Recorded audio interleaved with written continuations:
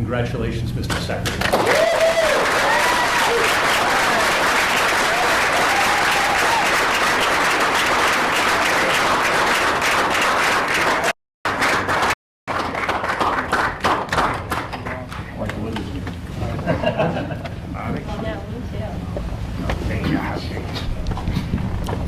I want to begin by thanking President Trump for giving me this extraordinary opportunity, and I want to introduce my family and thank them for being here.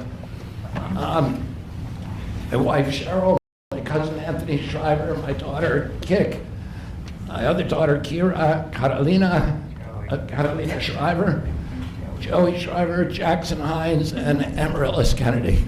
All right. And I want to thank all of you for your support and throughout this whole 2.5-year journey. My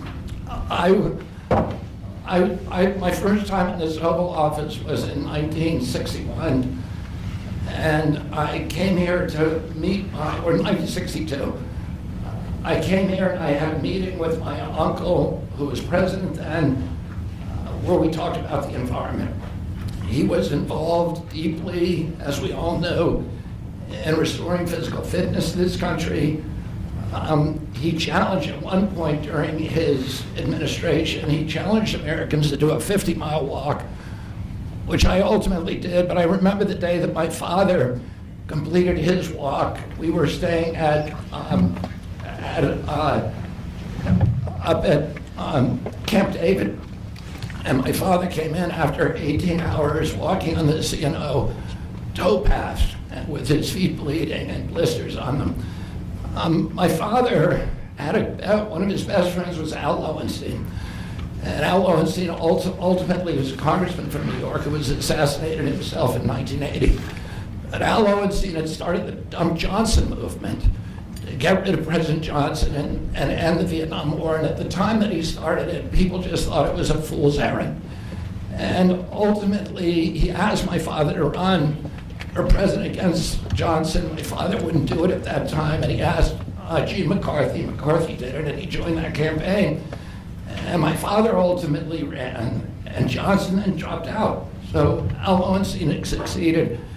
And although Al Lowenstein was on the other side now, running against my father with Gene McCarthy, my father wrote him a note, a quote from Emerson, where he said, if a single man plant himself firmly on his own ideal and there abide, the whole wide world will come around to him. For 20 years, I've gotten up every morning on my knees and prayed that God would put me in a position where I can end the childhood chronic disease epidemic in this country. On August 23rd of last year, God sent me President Trump. All right. And he gave me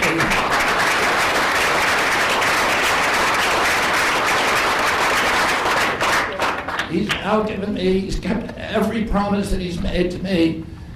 He's kept his word in every account and gone way beyond it. I'm so grateful to you, Mr. President. A lot of people told me that I couldn't trust President Trump. I better get it in writing. And we did a handshake, and everything that he told me he was going to do, he has done.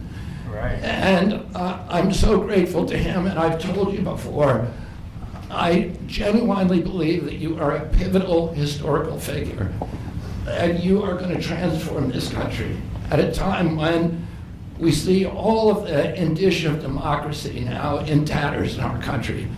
We see the rise of the military-industrial complex, the rise of totalitarianism, these attacks on our Constitution, and this breathtaking epidemic that is disabling our people.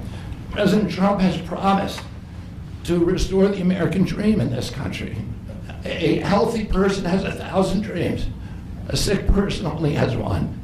60% of our population has only one dream, that they get better.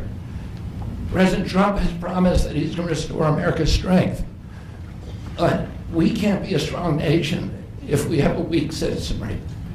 If people are sick, 60% of our people are sick, 77%, as President Trump mentioned, of our children cannot qualify for military service. And we need a man on a white horse now.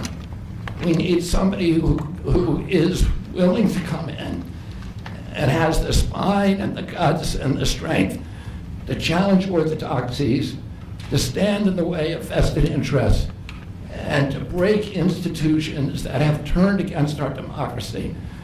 President Trump has shown again and again that he is that hero.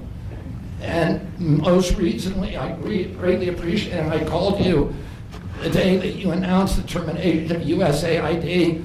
My uncle started USAID in 1961 for humanitarian purposes, to put our country on the side of the poor. It has been captured by the military-industrial complex.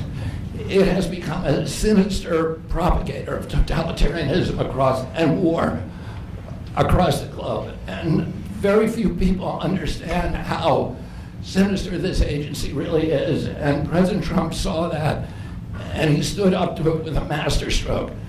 And we want to do the same thing with the institutions that are stealing the health of our children. We need a revolutionary figure, and you are that figure, and I'm very grateful for you for giving me this opportunity. I want to recognize some of the allies that I've had in this battle for a long time are Senator Rand Paul, Senator Ron Johnson, Senator Roger Marshall, Marjorie Taylor Greene, and Buddy Carter, who've all been champions of the MAHA agenda before I even came along. And I'm very grateful for you for standing strong. Thank you very much, President.